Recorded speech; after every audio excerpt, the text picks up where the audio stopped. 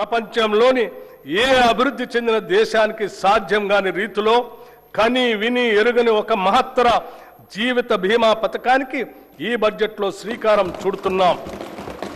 సామాజిక అంతరాలతో సంబంధం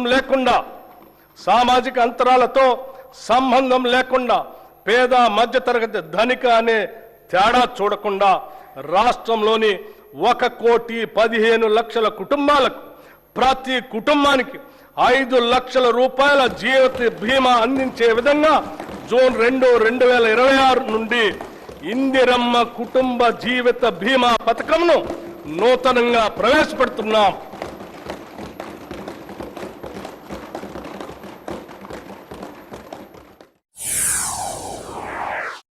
చేయూత పథకానికి అర్హులైన వారికి 2 లక్షల నూతన పెన్షన్లు ఇవ్వటానికి మంజూరు చేస్తున్నాము. చేయూత పథకానికి అర్హులైన వారికి 2 లక్షల నూతన పెన్షన్లు మంజూరు చేస్తున్నాము. ఈ కార్యక్రమాల ద్వారా తెలంగాణ ప్రభుత్వం ప్రతి బిడ్డ, ప్రతి బాలిక, ప్రతి విద్యార్థి కలలకు జీవం పోస్తుంది. తెలంగాణ విద్యార్థులు ఎదిగితే తెలంగాణ రాష్ట్రమే దేదీప్యమానంగా ఎదుగుతుంది. ఈ ఉద్దేశాన్ని సాధించడం కోసం మా ప్రభుత్వం విద్యార్థుల పోషణ, విద్యా ఫలితాలను మెరుగుపరచడానికి వీలుగా 2 నూతన పథకాలు ఈ బడ్జెట్లో ప్రవేశపెడుతున్నాం. విద్యార్థులకి బ్రేక్ఫాస్ట్ పథకం 2026-27 విద్యా సంవత్సరం నుంచి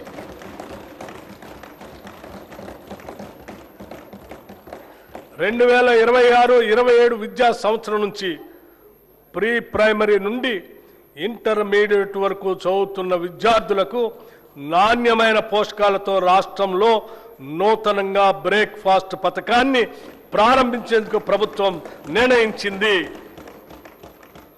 ఈ బ్రేక్ఫాస్ట్లో ప్రతి విద్యార్థికి వారానికి అల్పాహారంతో పాటు 3 రోజులు పాలు మరియు మిగతా 3 రోజులు రాగి జావా అందిస్తాము.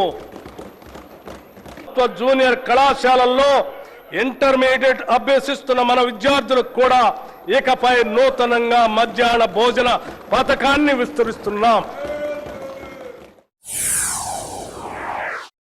దివ్యాంగ విద్యార్థుల శారీరక వైకల్యం వారి విద్యాభ్యాసానికి మరియు ప్రగతికి ఏమాత్రం అడ్డంకి కాకూడదనే ఉద్దేశంతో అటువంటి వారికి తగిన తోడ్పాటు అందించే లక్ష్యంతో ఇంటర్మీడియట్ విద్య చదువుతున్న దివ్యాంగ విద్యార్థులకి రెట్రో ఫిట్టెడ్ మోటరైజ్డ్ వాహనాల్ని పంపిణీ చేయాలని నిర్ణయించాం. అటు విద్యావంతులను నిరుద్యోగ యువత ఎదుర్కొంటున్న ఇబ్బందులను, ఇటు పరిశ్రమలు ఎదుర్కొంటున్న నైపుణ్యం కలిగిన మానవ వనరుల కొరతను ఏకకాలంలో పరిష్కరించాలనే ఉద్దేశంతో మన రాష్ట్ర ప్రభుత్వం యంగ్ ఇండియా స్కిల్ యూనివర్సిటీని స్థాపించింది. పరిశ్రమల అవసరాలకు అనుగుణంగా ఆయా పరిశ్రమల భాగస్వామ్యంతోనే రూపొందించిన పాఠ్యాంశాల ద్వారా యువతకు ప్రత్యేక నైపుణ్యాలని అందిస్తాము. ఈ స్కిల్ యూనివర్సిటీని విద్యాశాఖ పరిధిలో తీసుకొని వస్తున్నాము. రాష్ట్రంలోని 65 ప్రభుత్వ ఐటీఐలను ఆధునిక పరిశ్రమ అవసరాలు తగినట్లుగా తీర్చిదిద్దేందుకు అడ్వాన్స్డ్ టెక్నాలజీ సెంటర్లుగా ప్రభుత్వం ఉన్నతీకరించింది. దీనికి అదనంగా 53 అడ్వాన్స్ టెక్నాలజీ సెంటర్ ఏటీసీలను మంజూరు చేసింది. వీటి నిర్వహణ పనులు పురోగతిలో ఉన్నాయి. దీంతో మొత్తం 118 అడ్వాన్స్డ్ టెక్నాలజీ సెంటర్లు అందుబాటులోకి వస్తున్నాయి. అడ్వాన్స్ టెక్నాలజీ సెంటర్లో శిక్షణ పొందుతున్న ట్రైనీలకి ప్రతి నెల 2,000 రూపాయలు స్కాలర్షిప్ రూపంలో ఇవ్వాలని ప్రభుత్వం నిర్ణయించింది. ఉద్యోగులు, ఉపాధ్యాయులు, పెన్షనర్ల సంక్షేమం కొన్ని దశాబ్దాల నుంచి ప్రభుత్వ ఉద్యోగులు మరియు పెన్షనర్లు ఎదురు చూస్తున్నటువంటి నగదు రహిత ఆరోగ్య భద్రతా పథకాన్ని ప్రారంభిస్తున్నాం.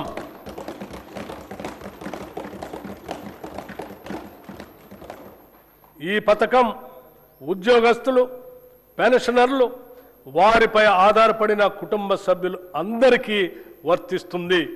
ఇది ప్రభుత్వ ఉద్యోగస్తులకి, పెన్షనర్లకి ఈ ప్రభుత్వం కల్పిస్తున్న భద్రత మరియు భరోసా.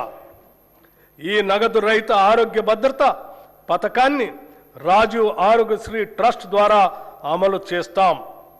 ప్రభుత్వ ఆసుపత్రులతో పాటు 421 ఎంపానెల్ ప్రైవేట్ ఆసుపత్రుల్లో 1998 వ్యాధులకు ఈ పథకం ద్వారా చికిత్సను పొందవచ్చు.